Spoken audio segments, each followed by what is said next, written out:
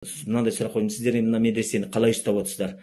Сонда ол кісі айтады, бұл Қожа Ахмет Яссауи деген уақытта бүкіл түркі әлемі тік тұрады дейді. Түріктер әсіресе біздің мына Қазақстанды қатты құрметтейді дейді.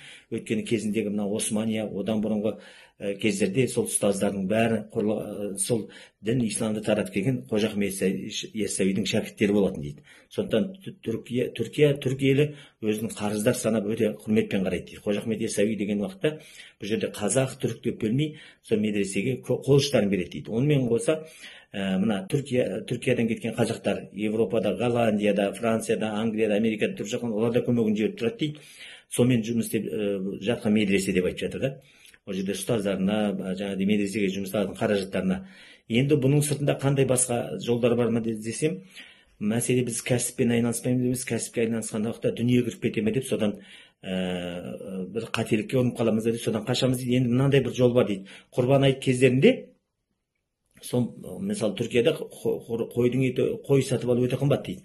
Сондықтан Европадағы қазақтарға сатып алу қиын болғандықтан соларды ұйымдастырып, біз мысалы Түркияда бір қой $400, $300 болатын болса құрбандыққа шығады. Ал мына Моңғолияда біздің шәкірттеріміз бар. Сол жерде Моңғолиядағы муфтият бар дейді, Моңғолия мұсылмандарының діни басқармасы. Солармен сөйлесіп, яғни сол жақта $30 тұратын қойды біз $100 деп жинап аламыз да, және ашық айтамыз дейді. Біз ол жақта $30 сатып аламыз, сіздердің аттарыңыздан құрбан айт намазын оқығаннан кейін сіздермен хабарласып құрбандықтарын шаламыз дейді. Мысалы 3.000, 4.000, 5.000-дай сондай құрбандықтар шалынады дейді.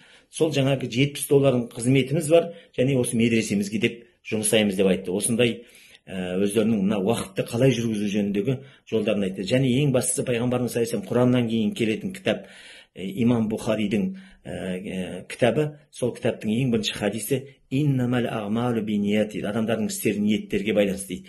Сондықтан бұл ең басты нәрсе ниет деп ол кісі айтады да. Бұл Алла тағала бұл елдің берген аманатын, осы медресеге берген қаражаттарын адал жұмсап,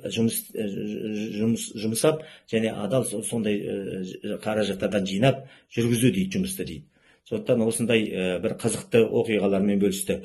Бұл Түркиядағы біздің қазақтарымыздың ашқан медресесінің осындай бір қызықты оқиғаларының бірі. Сондай біздің азаматтарымыз шет елде жатса да біздің осындай үлкен сауапты қызметтерге себепші болып жүр. Алла баршасынан разы болсын.